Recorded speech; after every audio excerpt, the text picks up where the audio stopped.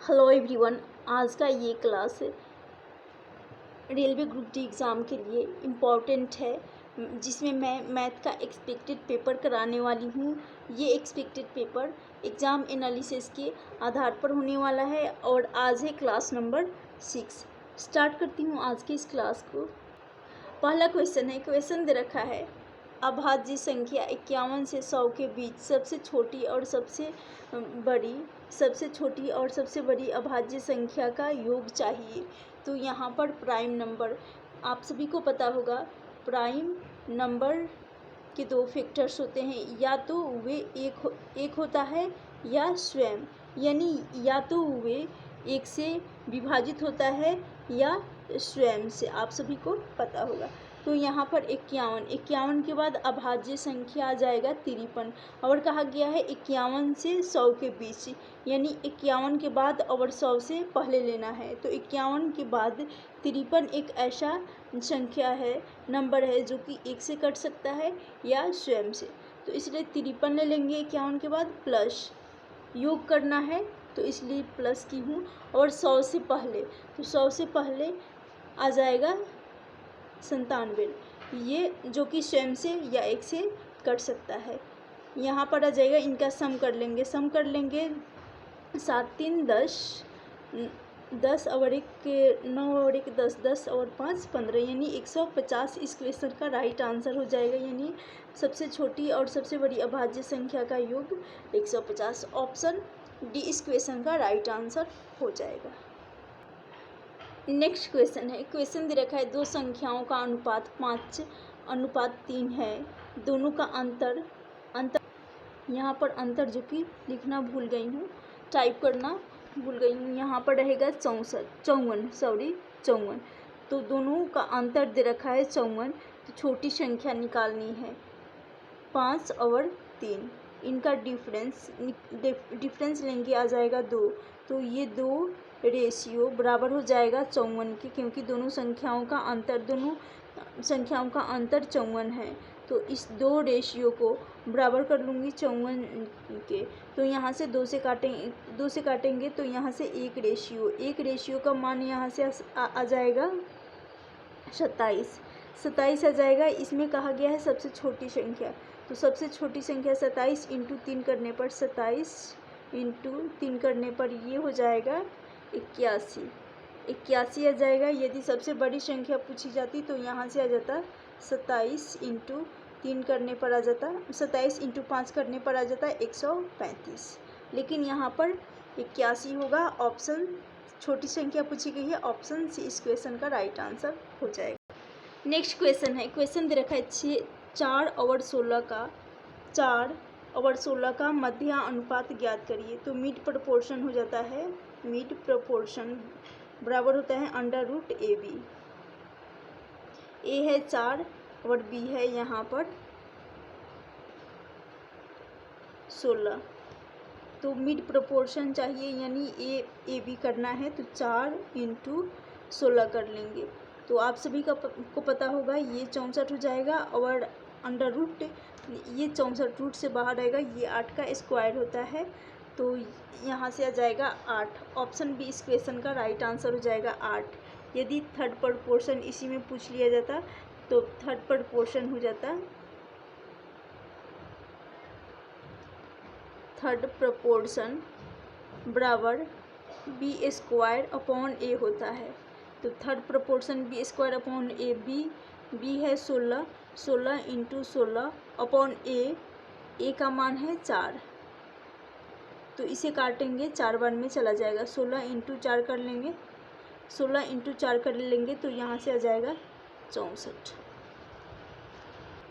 Next question है, question दे रखा है मूलधन दे रखा है 1500 टाइम 2 वर्ष का है, उसके बाद यहाँ पर सिंपल इंटरेस्ट साधारण ब्याज दे रखा है 30%, तो 30 है, साधारण ब्याज सिर्फ 30 है, तो रेट हमें निकालनी है। तो सिंपल इंटरेस्ट बराबर आता है principal into rate into time, और बटा में होता है 100।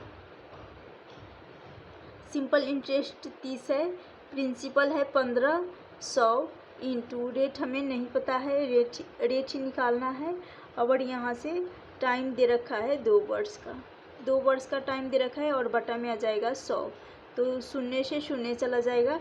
ये है 15 और यहाँ 2, 15 और 2 ये हो जाएगा 30, 30 से ये 30 कट जाएगा, यानी रेट यहाँ से निकल कर आ जाएगा 1%। 1% इस क्वेश्चन का राइट आंसर हो जाएगा ऑप्शन डी। नेक्स्ट क्वेश्चन है, क्वेश्चन दे रखा है समीकरण x² - 7x + 12 के मूलों का योग निकालना है। तो मूलों का योग होता है अल्फ़ा प्लस बीटा, यानी मूलों का योग अल्फ़ा प्लस बीटा यानी मूलों का योग होता है। तो ये हो जाएगा माइनस का b अपॉन a। यदि मूलों का योग ये हो गया। यदि मूलों का गुणनफल पूछा जाता तो अल्फ़ा इंटू बीटा यानी c/a हो जाता, लेकिन यहाँ पर मूलों का योग पूछा गया है, तो यहाँ से योग निकालेंगे। b का मान है जैसा कि यहाँ पर -7 और यहाँ पर b भी माइनस में है, तो माइनस माइनस प्लस हो जाएगा, यानी +7 और बटा a का कॉफिशिएंट 1 है तो कुछ नहीं है, 1 है तो 7/1 यानी 7 इस क्वेश्चन का राइट आंसर हो जाएगा, यानी मूलों का योग 7 निकल कर आ जाएगा। यदि पूछा जाता यहीं पे मूलों का योग ना पूछकर यहाँ पूछ लिया जाता कि मूलों का गुणनफल, तो मूलों का गुणनफल यानी अल्फ़ा इंटू बीटा ये हो जाता। यहाँ पर c ये हो गया c, तो 12/a का कॉफिशिएंट 1 है तो यहाँ पर आ जाता है 12, लेकिन इस क्वेश्चन का राइट आंसर हो जाएगा सी, ऑप्शन सी इस क्वेश्चन का राइट आंसर हो जाएगा 7, क्योंकि मूलों का योग पूछा गया है। नेक्स्ट क्वेश्चन है, एक दुकानदार द्वारा 3 साड़ी खरीदने पर 2 फ्री में दिया जा रहा है, यानी कोई व्यक्ति है जो कि 3 साड़ी खरीदता है तो दुकानदार द्वारा 3 पर 2 फ्री दिया जा रहा है, तो कितने प्रतिशत का छूट मिल रहा है। टोटल यहाँ पर 3 साड़ी है और 3 पे 2 फ्री दिया जा रहा है। 3 साड़ी है, 3 साड़ी उसने खरीदा और 3 पे उसने 2 फ्री में दे दिया, 2 यानी टोटल हो जाएगा 5। यहाँ आ जाएगा टोटल 5 और 2 फ्री में दिया जा रहा है, टोटल पर 2 फ्री में दिया जा रहा है, क्योंकि टोटल नीचे आता है, जो फ्री और 3 खरीदा जा रहा है ये नीचे आ जाएगा। अब यहाँ से इनको सॉल्व कर लेंगे, ये हो जाएगा और बराबर कर लेंगे, यानी 2/5 गुना कर लेंगे 100 के, 5 से 100 चला जाएगा 20, 20 इंटू 2 कर लेंगे 40, तो 40 इस क्वेश्चन का राइट आंसर हो जाएगा, ऑप्शन ए। नेक्स्ट क्वेश्चन है, क्वेश्चन दे रखा है a + a बराबर 3 है, तो aq + 1/aq निकालना है, यानी a + 1/a बराबर दे रखा है 3 और निकालना है क्या, aq + 1/aq का मान निकालना है। तो यहाँ a है और यहाँ है क्यूब, यानी a से हमें क्यूब पर जाना है तो उसके लिए p क्यूब, और यहाँ प्लस का साइन है तो इसका अपोजिट साइन लिया जाएगा, माइनस हो जाएगा p³ माइनस यहाँ आ जाएगा 3p। जब क्यूब करना होता है तो ये कंसेप्ट लगता है। p का मान जो कि 3 है, तो यानी 3 का क्यूब कर लेंगे -3 इंटू p का मान है 3, तो यहाँ से 3 का क्यूब करने पर 27 - 9, 27 - 9 कर लेंगे, यहाँ से आ जाएगा 18 इस क्वेश्चन का राइट आंसर हो जाएगा। यदि यहीं पे पूछ लिया जाता ये रहता है यहाँ पर a - 1/a और बराबर दे रखा होता 3 और पूछ लिया जाता 1aq - 1/aq, तो ये हो जाता। यहाँ माइनस का साइन है इसलिए यहाँ पर ऑड पावर रहेगा, यानी विषम घात रहेगा, समघात नहीं रहेगा। यदि सम यहाँ पर पावर ऑड है इसलिए सम, यहाँ यदि तो ये हो जाएगा p³, यहाँ माइनस का साइन है तो इसका अपोजिट साइन लेंगे, जैसा कि बताई हूँ प्लस p³ + 3p, क्योंकि a से पावर क्यूब पर जाया जा रहा है।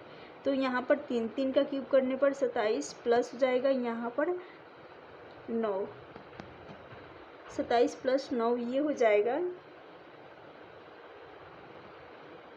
36। उम्मीद करती हूँ आज का ये सेशन यदि आप सभी को पसंद आए तो please like share and subscribe ज़रूर करना। जो भी चैनल पर नए हैं चैनल को ज़रूर सब्सक्राइब कर लीजिएगा। मिलती हूँ नेक्स्ट क्लास में। Thank you for watching this session.